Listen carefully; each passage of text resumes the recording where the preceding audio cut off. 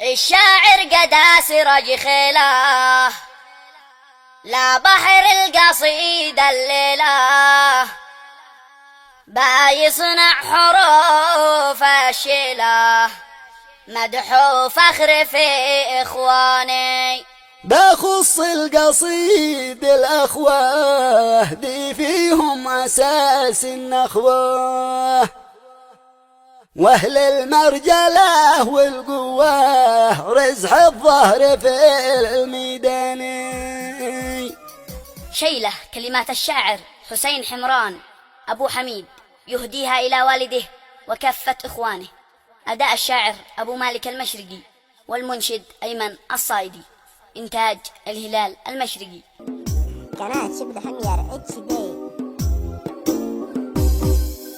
الشاعر قد أسرج خيله لا بحر القصيدة الليلة بيصنع حروف الشيله مدحو فخر بإخواني. بخص القصيد الأخوة ذي فيهم أساس النخوة أهل المرجلة والقوة رزح الظهر في الميدان. أخواني إليهم حبي ذي يشتد فيهم جنبي زندي والدفاع الحربي ساعة ما العدو يلقاني. بمورد عصابة راسي ذي يشتد فيه الباسي للخصم الردي الخاسي وقت الجد كالبركاني. يفزع لدعايته فزعه ما يعرف علوم الرجعه طبع المرجله من طبعه والنخوه بها متفاني. والشهم الأبي المقدام حامس في الشدايد قدامه رمز السخاء والأكرام فخر طيلة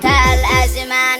درع القوم وسط الميدان عمره ما يهاب العدوان من عاد لحامس يهتان قاهر حاسده والشاني. وين قلت الخوي البارع حن نخاه ما يتراجع هو عبد الحميد الشاجع شامخ من شموخ عطاني. لأجل الأخ يدي جهده يبذل كل ما هو عنده صادق ما خلا في وعده يمشي في الطريق الثاني. إخواني جميعا ونعم لاحان الوغى تتقدم تردع بالرصاص المخصم كل فعلهم ذيباني. كم يشتد فيهم ظهري عزي كالسلاح الجفري يا فخري بهم يا فخري طول العمر يا إخواني. مهما الوقت فرط فينا نبقى رزح حماني نخانا والوالد حميد قدوتنا من بالطيب قد رباني.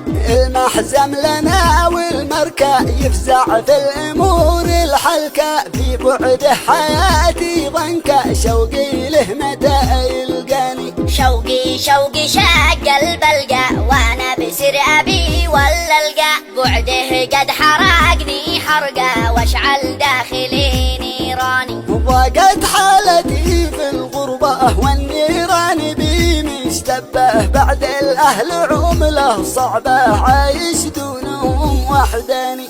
أتخيل بلادي حجة واشواقي لها تتوجه هي ثغر اليمن والبهجة منظرها سحار وجداني. من أرض الشراقي للطور من وادي شرس لو مامور مسحور في هواها مسحور مسكنها جفون عياني. من أرض الشراقي للطور من وادي شريس لو مامور مسحور في هواها مسحور مسكنها جفون عياني. من أرض الشراقي للطور من وادي شريس لو مامور مسحور في هواها مسحور مسكنها